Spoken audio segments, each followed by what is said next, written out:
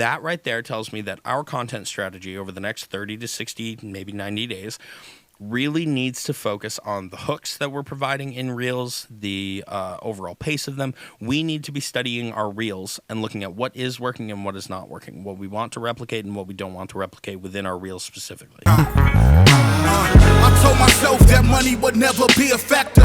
Now I'm laughing at Benihana's with benefactors.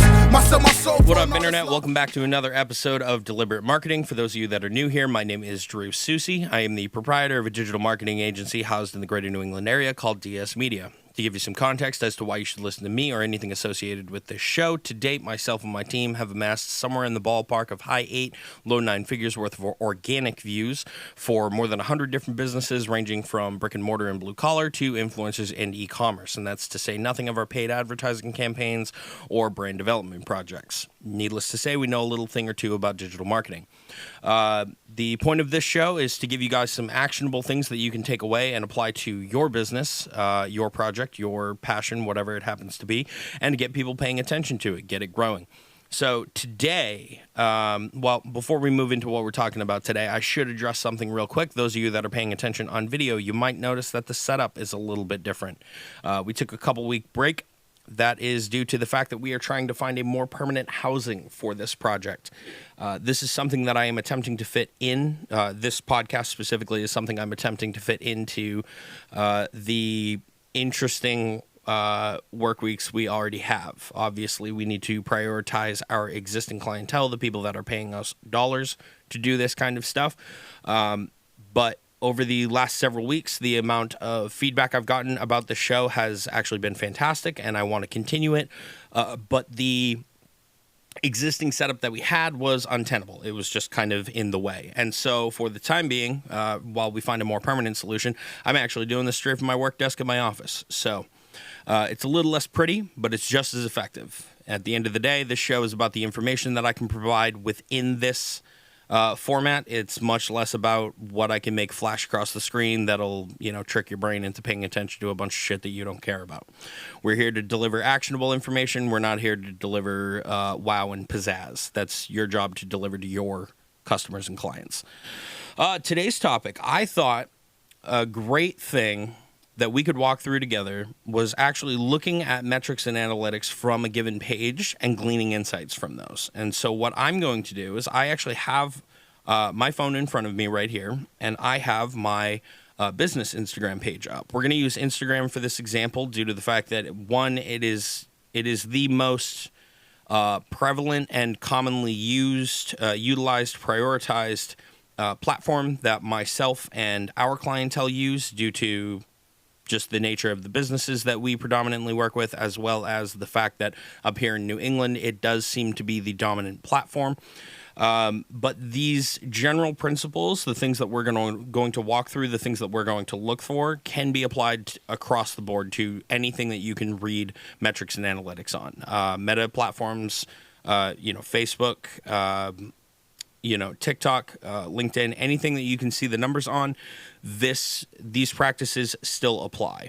What I'm going to do is I'm going to walk through some of the numbers that I've seen from revitalizing my personal brand's content strategy, and we're going to look at what that information means and what we should do about it. So without stalling too much longer, or to prevent any stalling, I should say, let's dive right into it.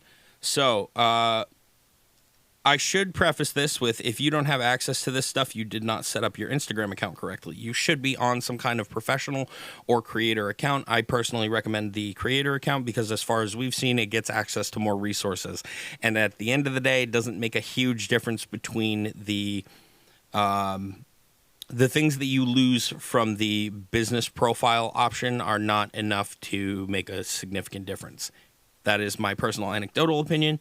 There are professionals out there that disagree with me and say that you should, regardless of whether the resources on the platform or not are available, you should, if you are a business, categorize yourself as a business, et cetera, et cetera.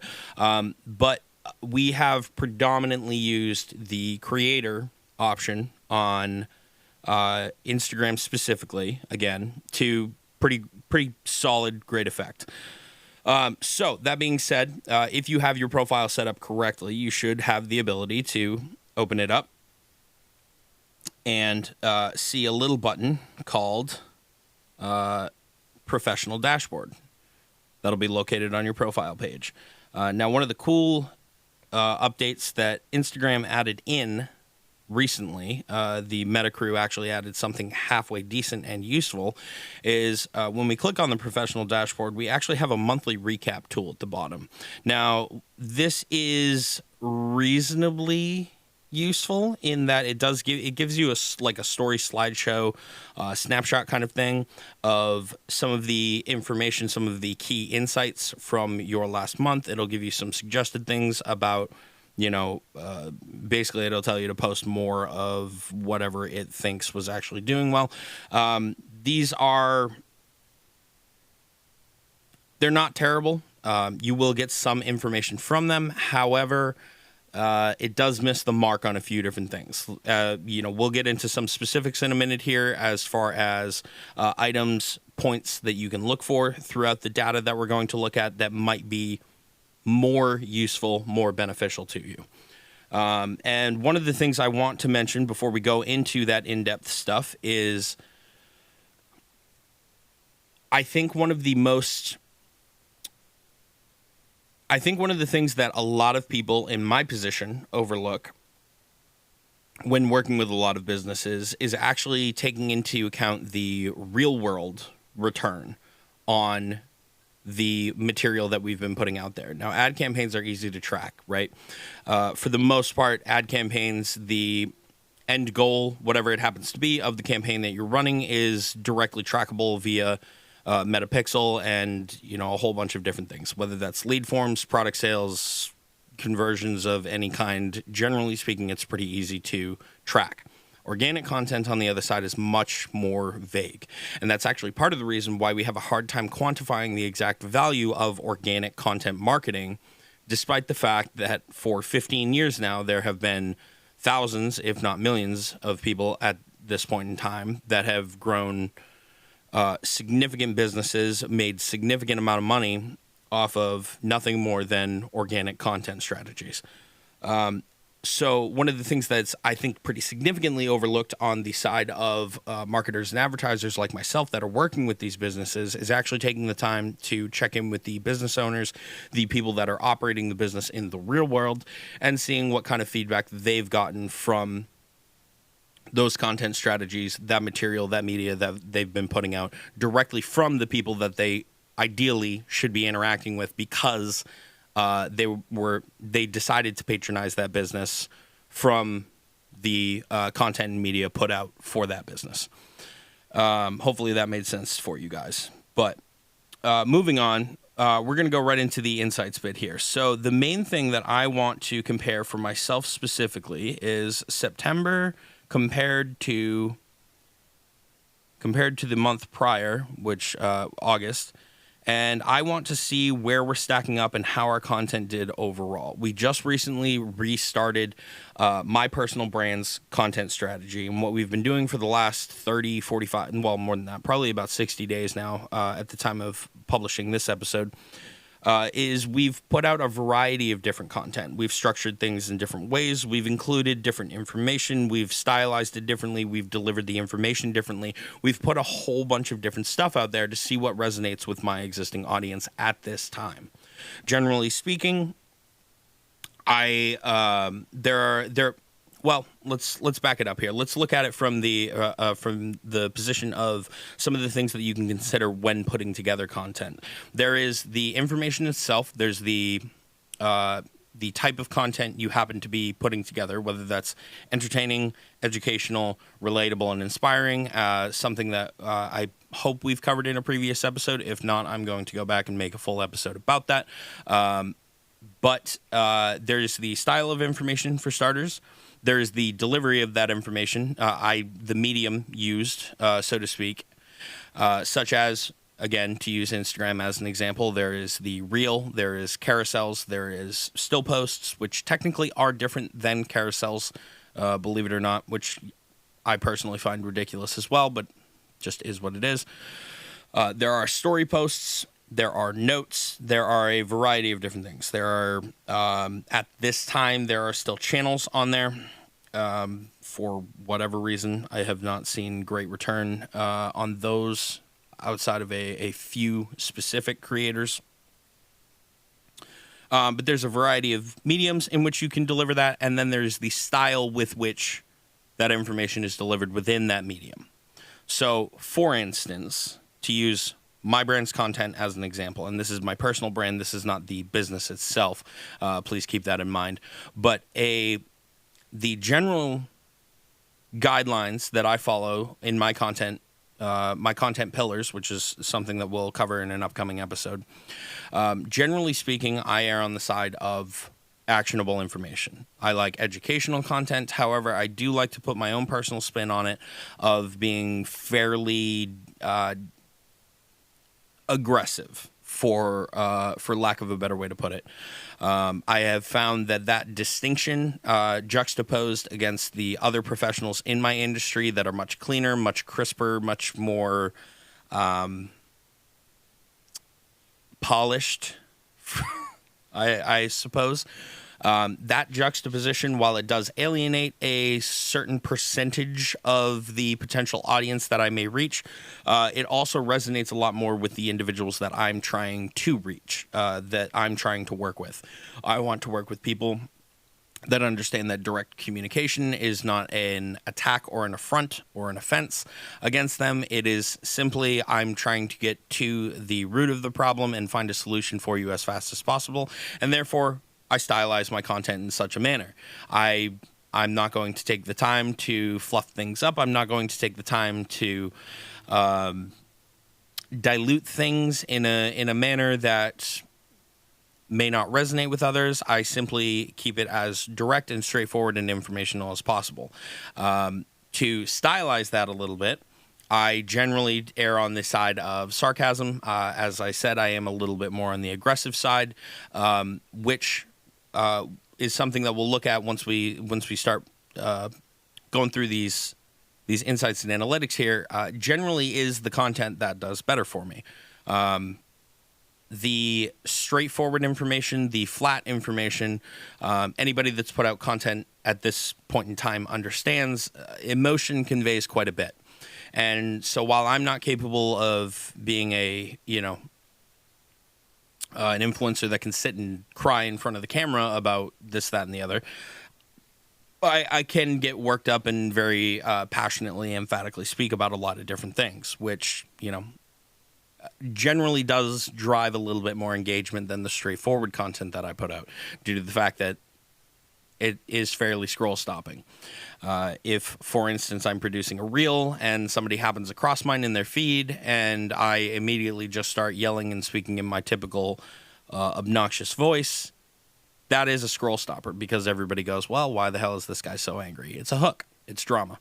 We've covered that before. I know we have in a previous episode.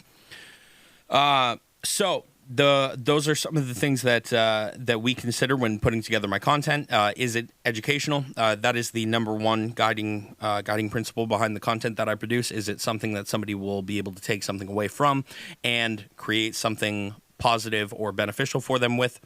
And secondarily, does it match my overall personality, and is it communicated in such a way that it will resonate with the individuals that I am looking to work with?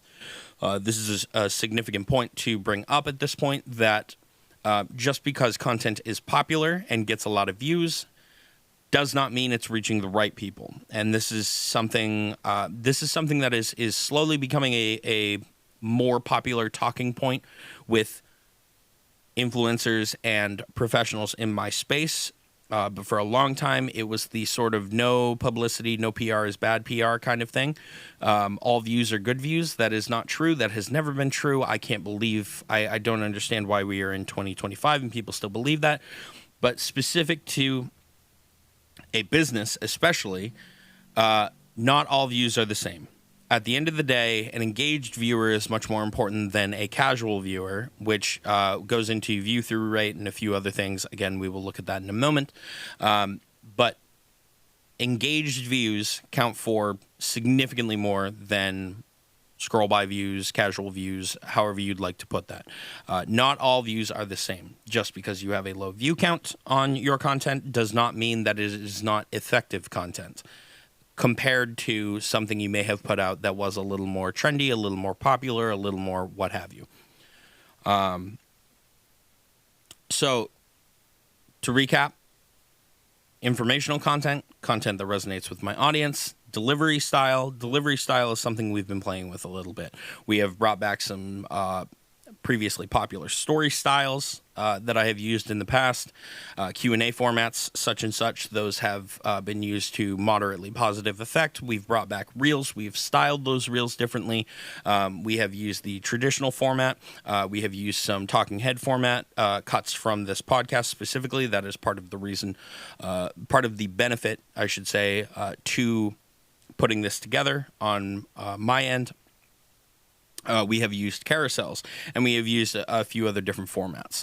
So we've, again, considering all of this right here, we've already got 3 very significant variables that we can play with when we look at our content and decide how we're going to change it up.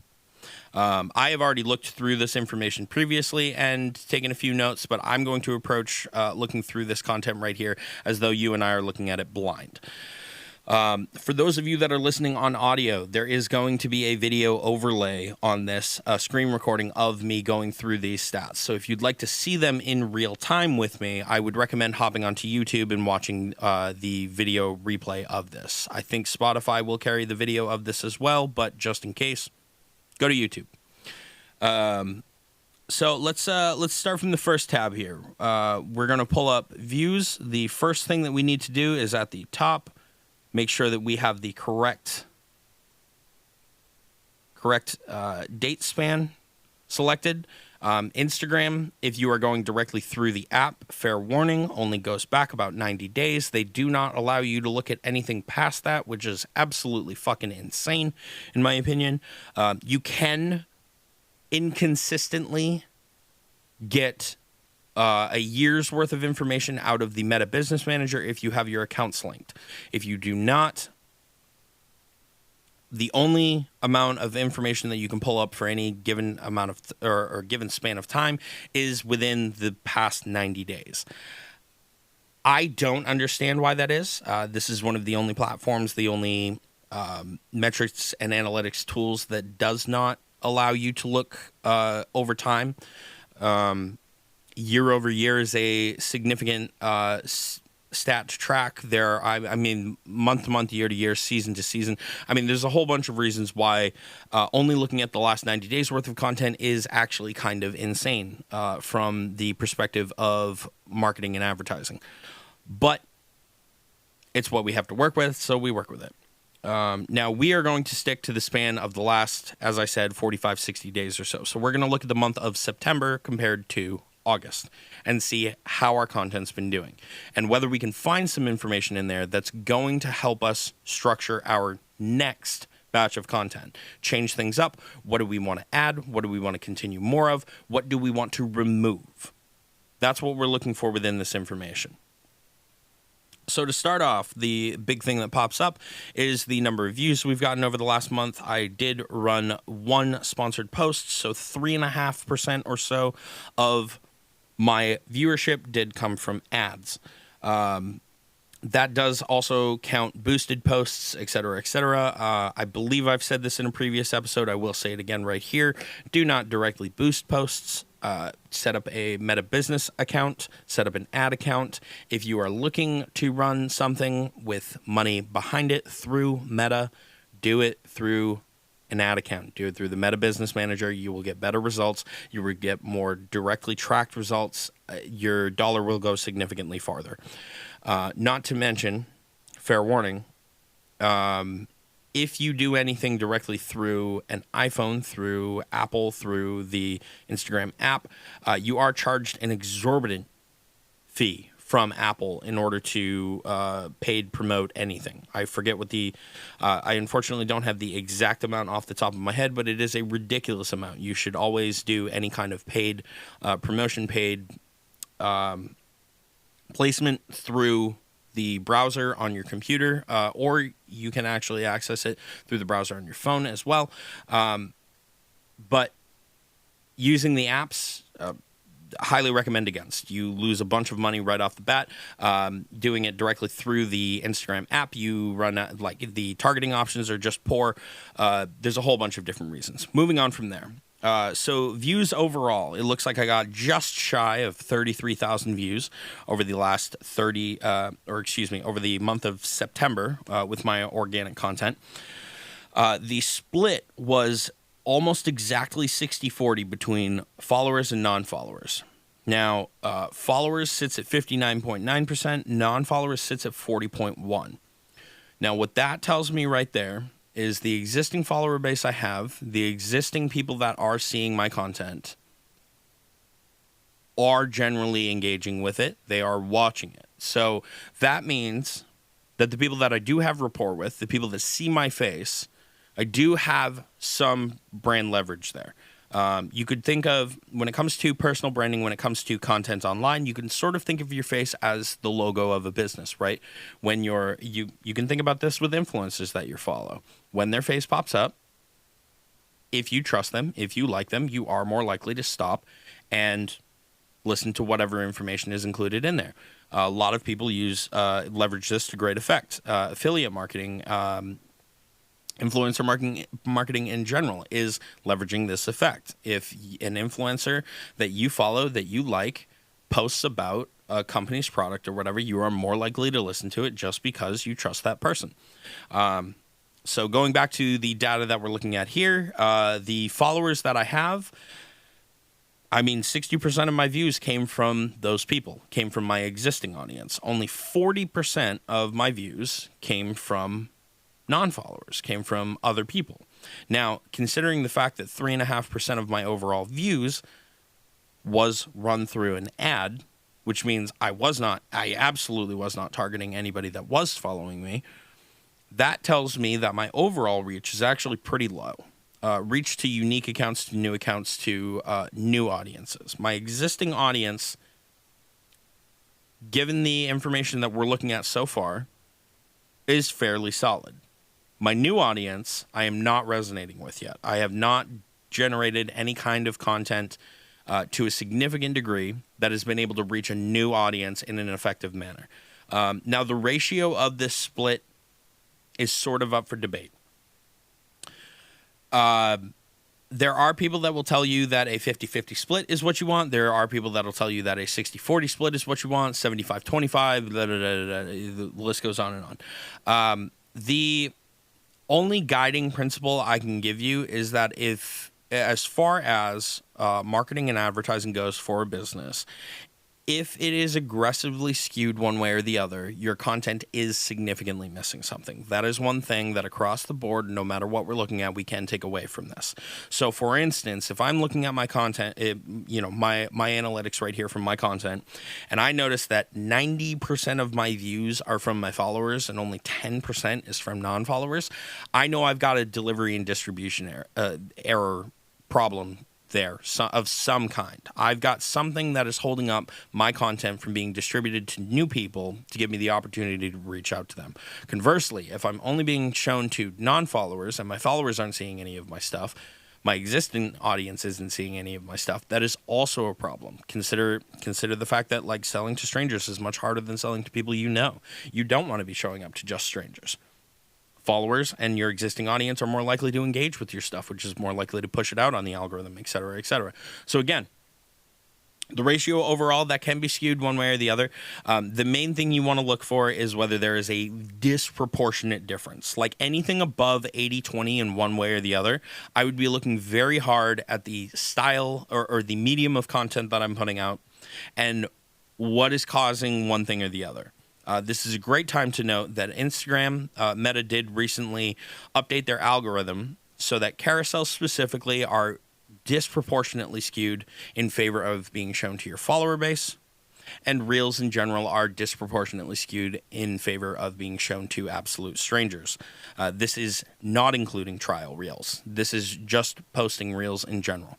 They are more likely to be shown to an unknown audience, and then from there ranked, and then it's decided whether that content will actually be shown to your existing follower base or not. That is something very important to keep in mind when we are developing content.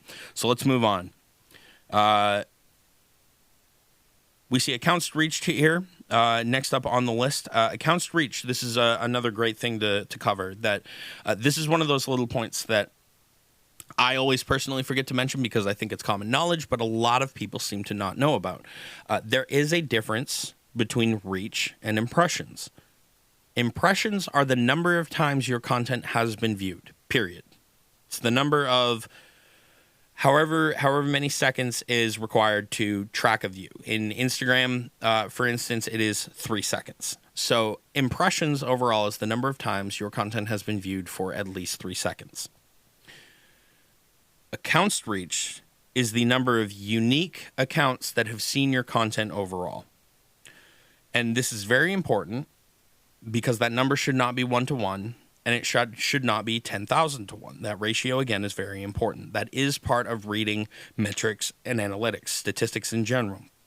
The ratio, the relation of those numbers to each other is much more important than the number itself. So, for instance, looking at accounts reach, if I've reached 9,500 people, according to this, and my views overall are 33,000, ballpark math says that for every person reach, every unique account that I reached, I got 3 views. That means people rewatched my content. Now, that is a very valuable statistic. And the ratio is very important because if your ratio of reach to impressions is 1-to-1, that means nobody's rewatching your content. Every unique account you show up in front of, you get a view, and that's it. They never come back to it. There's no value to it. They never reshare it. There's nothing going on there. The content shows up, it disappears. They scroll right by, whatever it happens to be. Now, conversely, if the rewatch rate is 10-to-1, 15-to-1, 20-to-1, something ridiculous like that, at least in the context of content created by businesses, i.e. not for entertainment purposes for the most part, that is being disproportionately boosted. This is a great way to actually find marketers and advertisers that are full of shit. If you see that their reach is very low, but their impressions are very high, that is being artificially inflated through a variety of different methods. You may have a fanatical fan base. I don't know. It's entirely possible. There may be, you may have 1,000 people out there that want to watch your reels 10 times in a row. But let's think about this logically here. How often do you open up your social media app, go to the Reels page, scroll until you find a reel, and then watch that reel 10 times in a row? You typically don't. So another thing to keep in mind there. Again, the ratio, very important. Now, the reach overall was up 20% for me. I can attribute a significant portion of that to the ad that I ran. As we said, I did put a little bit of money behind one post in order to get a little bit out there and do some testing. The 20% bump I got in reach is probably mostly from that ad, and that tells me right there that my organic content is not being pushed as much as I'd like it to overall. Now, we need more data specific to my content here. We definitely need more data. We need a month without a boosted post in order to see where the reach sits overall organically before we make any drastic changes. But that does tell me that I need to be making content that is more palatable to overall strangers. So far, the information that we've looked at, it seems that my content does pretty well with people that know me, but not so well with people that I have no rapport with. So personally, I do find that a nice compliment. People that know who I am know that the information that I share is valuable. That's a great compliment if I'm reading into this information right here. However, in terms of growing my business, in terms of growing my brand, it means that new people are not giving me the time of day, probably due to the fact that my delivery is a little off color, so to speak. My presentation is a little less than aesthetic, things like that. So how much of the style of my content can I augment in order to hopefully garner a little bit more of that new base? It may also have to do with hooks. It could do with a variety of different factors. And specific to you, generally speaking, it usually is due to something like hooks. You have 3 seconds to get a viewer paying attention to your content and sticking around for it. If you lose them in that 3 seconds, they are gone forever for the most part. So that's enough about that there. Content type. This will break down where your views were coming from. So, for instance, the majority of my non-follower views came from Reels, as they should. The disproportionate one is posts, and that's carousels, as we talked about. This is a prime example. 27.7% of my overall views did come from carousel posts and the like. And according to this bar, I unfortunately can't see the specific breakdown, but the bar that I'm looking at here is aggressively skewed in favor of followers. So if I'm looking to reach my followers, I need to be creating carousel posts. If I'm looking to reach strangers, I need to be creating reels. Stories, same thing. I did reach a non-zero amount of strangers in my story posts, which is quite interesting. But generally speaking, that was more for the followers, the existing audience that I have. We're going to skip top content real quick and just go to the bottom. Profile activity. This is a great one for people that are trying to track leads and conversions. You have profile visits, you have external link taps. External link taps are whatever URL is tied to your profile. So for instance, for myself, I got overall profile activity of 731 interactions of some kind. So I got 711 people to visit my profile, which is an almost 50% increase over the previous month. That's great. That's good. We're headed in the right direction. External link taps. I got 20 visits to my website just from my profile. That's decent. I would like that to be much higher, but for a testing phase of a strategy, I would consider that pretty decent, especially considering that's apparently double what I got last month in August when we first started working with this content here. Now, let's go back up to top content. Top content, again, we need to make sure that this is set to... Ooh, they changed this. Interesting. So it looks like we can only look at the last 30 days on here, but that's all right. We'll take a look at this over the last 30 days. Over the last 30 days, I've got a couple of posts up top here that are sorted presently by highest views. There is a little button at the top that you can use to sort by a variety of different things. For instance, we can sort by newest, highest, lowest. We can use a metric of views, accounts reached overall. Again, remember, those are not the same thing. Follows and shares. Generally speaking, all of them have different utility. Overall, if you're just getting started with this stuff, I would consider looking at either views or shares because those are the easiest ones to really quantify. Those are the ones that are also going to tell you whether your content is worth continuing or not, much better than, let's say, follows or accounts reached. Overall, when just starting, I would recommend one of those two. Views is definitely the easiest one to quantify. So we're going to look at views here because that's easy enough. Now, what I'm noticing right off the bat is I have one reel that it stands out. It was my best performer over the last 30 days. And then I have 3 carousels. That right there tells me that my reels are not doing well. My reels are being pushed to strangers. They're watching initially, but then they're doing nothing afterward, which means the algorithm is ranking the content that I'm putting out to strangers as not very good, which means my content's not going to be pushed as much as it could be. Now, conversely, because my carousels are doing so well compared to everything else, that tells me that the existing content that I have that's being shown to followers is actually pretty good. It's not bad. It probably needs some tweaks.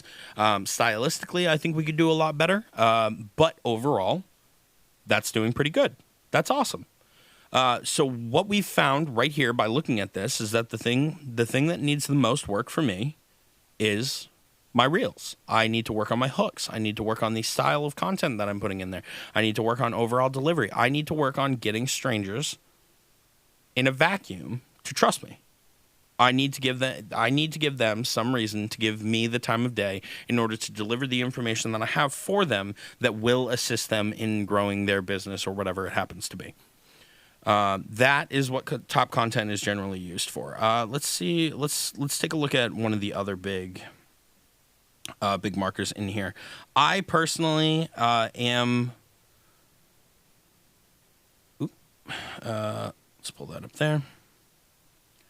I do think follows are a great one to look at, especially if you've got reels that are doing well, unlike me. You will be able to see the type of content that you're putting together that is actually converting to growing your audience. Over the last 30 days, it looks like I didn't have very many of those. I have 2 that directly contributed to follows growing. The rest doesn't look like there was much. That is very important. That's something I want to be working on over the next 30, 60, 90 days. I want to find things that do convert. Shares are another good one. So we'll take a look at shares real quick, just see what we got going on there. So I have one reel in here that disproportionately was shared significantly more than others. Now that's something to note, because while it may not have ranked high on views, it did rank high on shares, which means there was something in there, something of value worth replicating. There was something that was included in there. I don't know if it was the people. I don't know if it was the information. I don't know if it was the delivery. But there was something of value in there that made somebody send it to somebody else and say, hey, there was something worth checking out in here. That's worth noting. All right, let's move on from this tab. Let's go to interactions real quick. I am running short on time here, so I'm going to try to speed this up just a hair. Let's go to previous month, September 1 through September 30. Let's look at interactions. Interactions overall, I got 1,100 interactions. 80% of my interactions were from my follower base. Again, that just told us, again, that strangers are not trusting my content. People that know me, my existing audience, I'm doing pretty well with them. Strangers, on the other hand, new people that are being exposed to my content, it's not working. And specific to meta platforms, that is very significant nowadays. Their algorithm has shifted, as we just said before, to be shown predominantly to strangers when it comes to Reels, which is the most significant format out there right now. It's shown to strangers first, and then ranked on how it's going to be shown to more strangers and your existing follower base. So that right there tells me that our content strategy over the next 30 to 60, maybe 90 days really needs to focus on the hooks that we're providing in Reels, the overall pace of them. We need to be studying our Reels and looking at what is working and what is not working, what we want to replicate and what we don't want to replicate within our Reels specifically. Carousels, it seems like we're doing well. Existing follower base, it seems like we're doing really well. New audience is where we're missing the mark. That is significant. So then we scroll down there, you'll get a breakdown by content type. You'll get a breakdown by interaction overall. The big one that I would like you to keep in mind is shares. Shares are very significant. Saves are very significant. Saves are much higher for me than all of my other stuff, which is great to know because that means that people are revisiting my content. They think it's valuable enough to have in their Rolodex of information somewhere. That is definitely a metric worth keeping in mind. Top Reels, again, is kind of the same as top content as we looked at before. This one right now is based on likes, so you can see what content was popular from a sort of, let's just call it a sort of vanity perspective. Next up, going back, we have new followers. New followers is a significant one to track. So previous month, and this one will be interesting for those of you that have been following me for a while, and will highlight why I say your follower count really does not matter. As you can see right here, I've actually been losing followers over the last 30 days. And that's due to the fact that my account has not consistently put out content for 2 years. People that followed me initially no longer remember who I am. I lost trust with a lot of them, I'm sure, because I didn't consistently put out content. And when I'm showing up now, they're saying, I don't know this guy anymore. He's not sharing something that's relevant to me or whatever it happens to be. Maybe they moved on. A lot of people get very interested in putting something together for a little bit. And, it's a passion project of some kind. They start trying to put together a business, and then they get disheartened. They get distracted by something else, whatever it happens to be, they move on. They're at a different phase in their life. And so I'm being unfollowed at a pretty significant level right now. There's a lot of churn in my audience. Now, I'm losing followers, but if you take a look, I'm also up pretty high on followers too. I gained just shy of 100 and I lost just over 100, which does equal a net loss over the month of September, but I am gaining new followers, which means that my new content is resonating with somebody. that churn eventually will even out and I will start positively growing again. The main thing, I should say, the one thing that I really want to focus on is reaching my new audience with better reels, better reel content, better content that's going to keep strangers around so that I can start resonating with that new audience that will hopefully stick around. Follower details, that's just the graph of when you did and didn't get follows. The main thing to keep in mind here is based on your content schedule, your posting schedule, you actually can see where this used to be a lot more accurate when a lot of your views came in the first 24 hours. Nowadays, it's 3 to 5 days before content really hits peak views.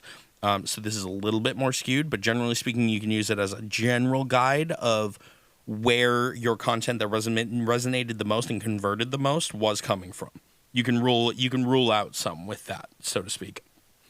Top content by follows, same thing as the other things that we've been looking at there. Top locations, cities and countries, age range. Age range is a big one. If you have a specific demographic that you're looking for, well, your content should be resonating with that demographic. So, for instance, myself, 25 to 34-year-olds, 35 to 44-year-olds, and a little bit of 45 to 54-year-olds are my main audience, which is accurate. That's the age range of business owners that I'm trying to reach. And this last one right here was actually a little bit surprising for me. The gender split on my content is a lot more even than I anticipated. I personally, given my delivery style, given my method of communicating, did not expect to resonate with the female audience as well as I apparently have. We are currently sitting at a 60-40 split. That is pretty good. Hi. I knew I was running out of time. That's okay. I'm going to wrap this up real quick. The gender split there, it's not 50-50, but I would never expect it to be given who I am as an individual. The 60-40 split that I have there, I consider that fantastic. That means my content is fairly egalitarian. It's resonating with there is nothing that is skewing it one way or the other. It is not being labeled as, for men versus for women or what have you. It is just a fairly even split.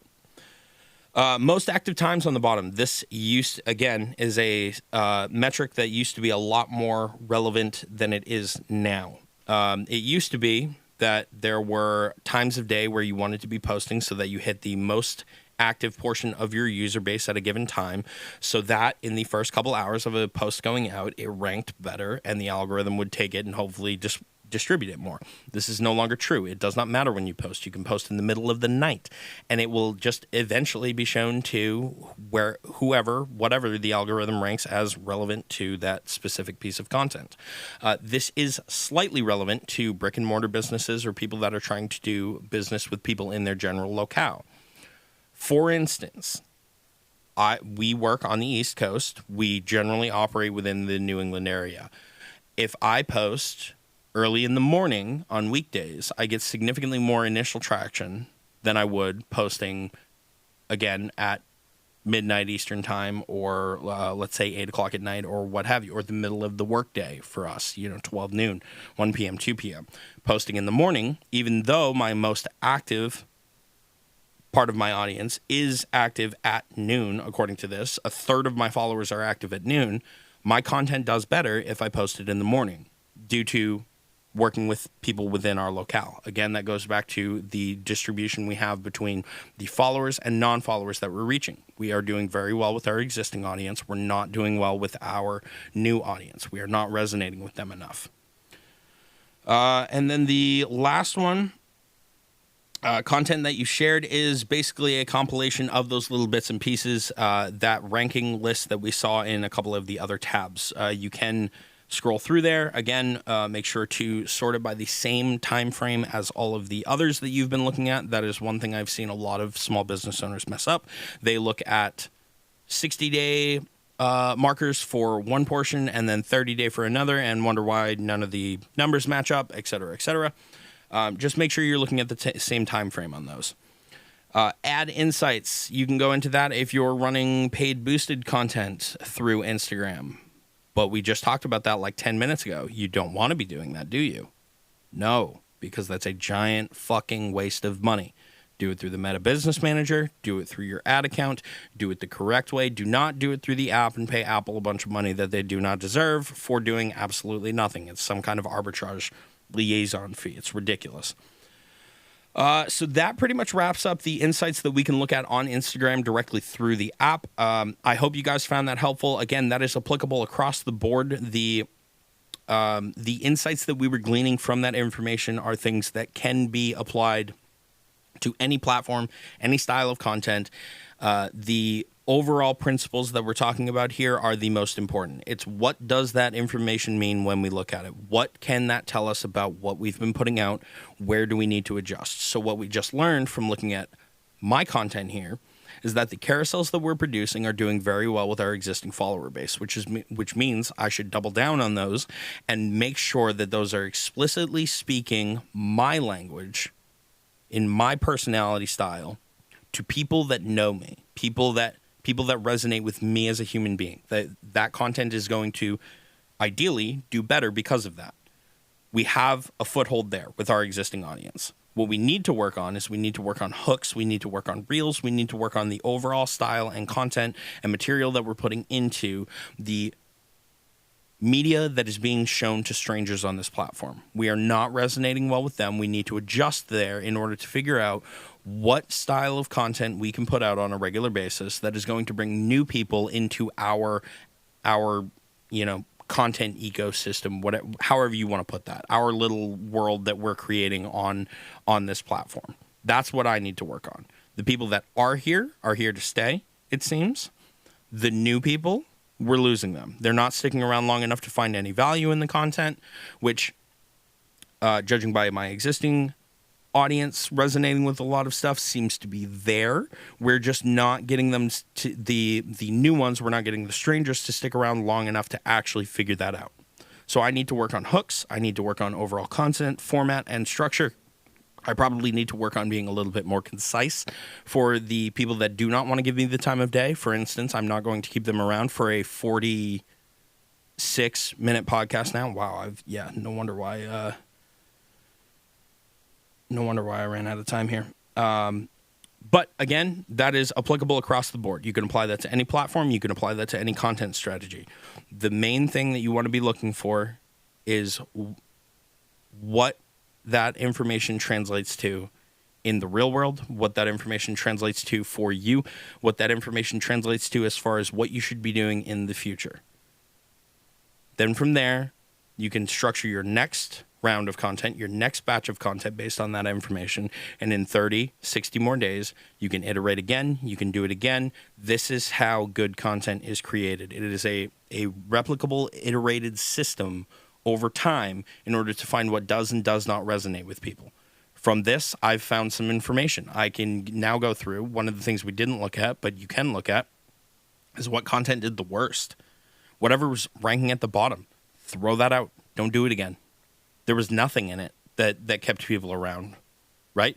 The middle of the road stuff, maybe it was good content that didn't hook people well enough. Maybe it was bad content that did hook people. We'll look at that. We'll adjust that.